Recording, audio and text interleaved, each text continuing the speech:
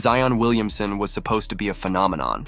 At just 20 years old, he was expected to bulldoze his way into the top 10 players in the league and keep climbing.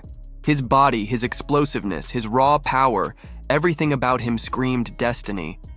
The blueprint was simple: get in shape, stay in shape, and the NBA would have no answer for him. That's all it was supposed to take. But here we are years later, watching a career that once looked unstoppable drift closer to disaster with every passing season. What should have been dominance has turned into questions. What should have been a revolution has turned into a cautionary tale. And what should have been the league's next megastar has instead become one of its greatest disappointments. Zion speaks now. It's always the same line. Physically, I'm fine. It's just a matter of feeling like Zion again. Those words are haunting because they expose the reality that he doesn't feel like Zion anymore. The player who once terrified defenders with a combination of speed and brute force now spends more time in street clothes than on the hardwood. His hamstring injuries linger. His knees won't cooperate. His foot fractures keep returning. And the cruelest truth of all is that most of these problems trace back to the very thing everyone whispers, but no one wants to say outright. Zion Williamson cannot control his weight.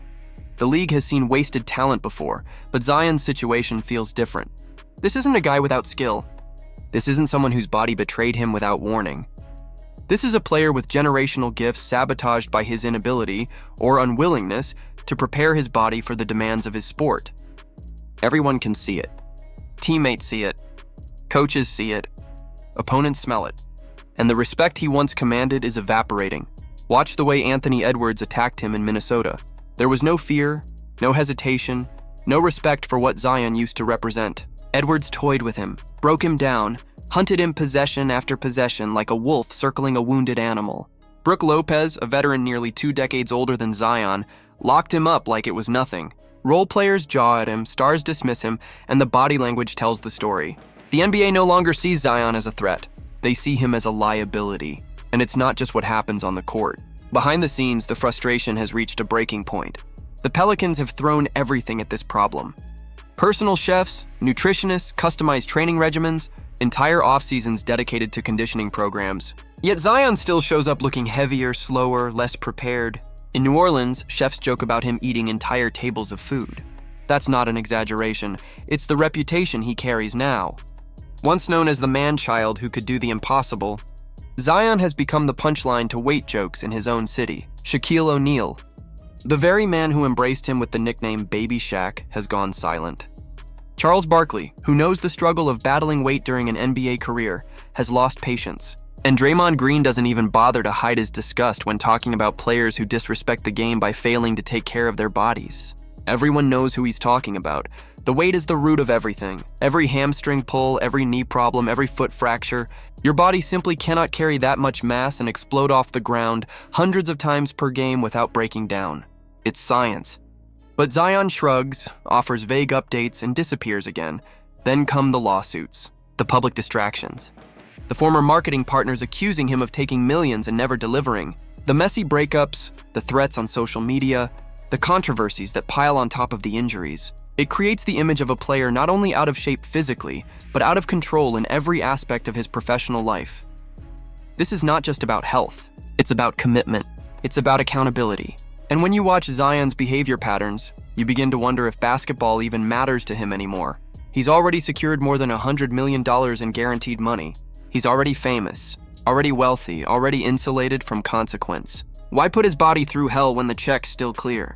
Why starve himself, discipline himself, sacrifice, when he can live comfortably without it? That's the darkest possibility of all. Maybe Zion doesn't actually want this anymore. Maybe the fire never burned as hot as everyone assumed. The tragedy is that we've seen glimpses of what could have been. When Zion was healthy, he was putting up numbers that didn't seem real. 30 points on 70% shooting, dominating the paint with a mixture of finesse and brute force that no one in the league could match.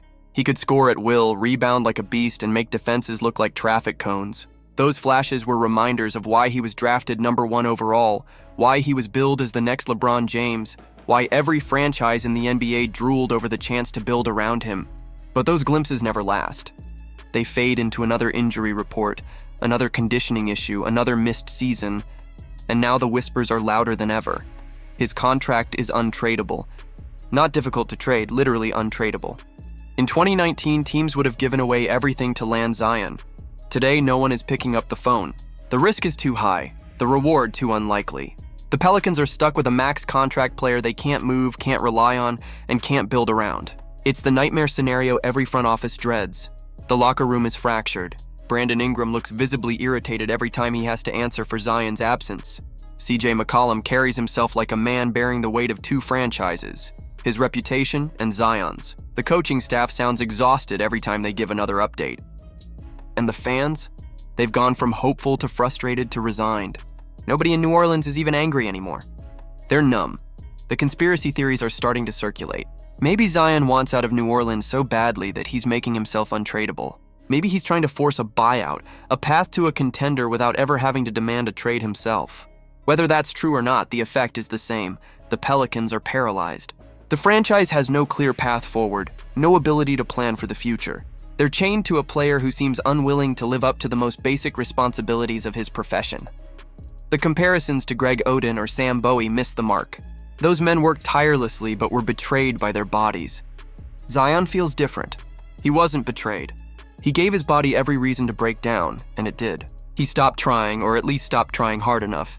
And in the NBA, that's unforgivable. It's a fall so steep it's hard to comprehend. From the most hyped prospect since LeBron James to a player whose own teammates and peers openly mock him, whose city jokes about his appetite, whose trade value has sunk lower than any #1 pick in recent memory. And the saddest part? Zion doesn't seem to care.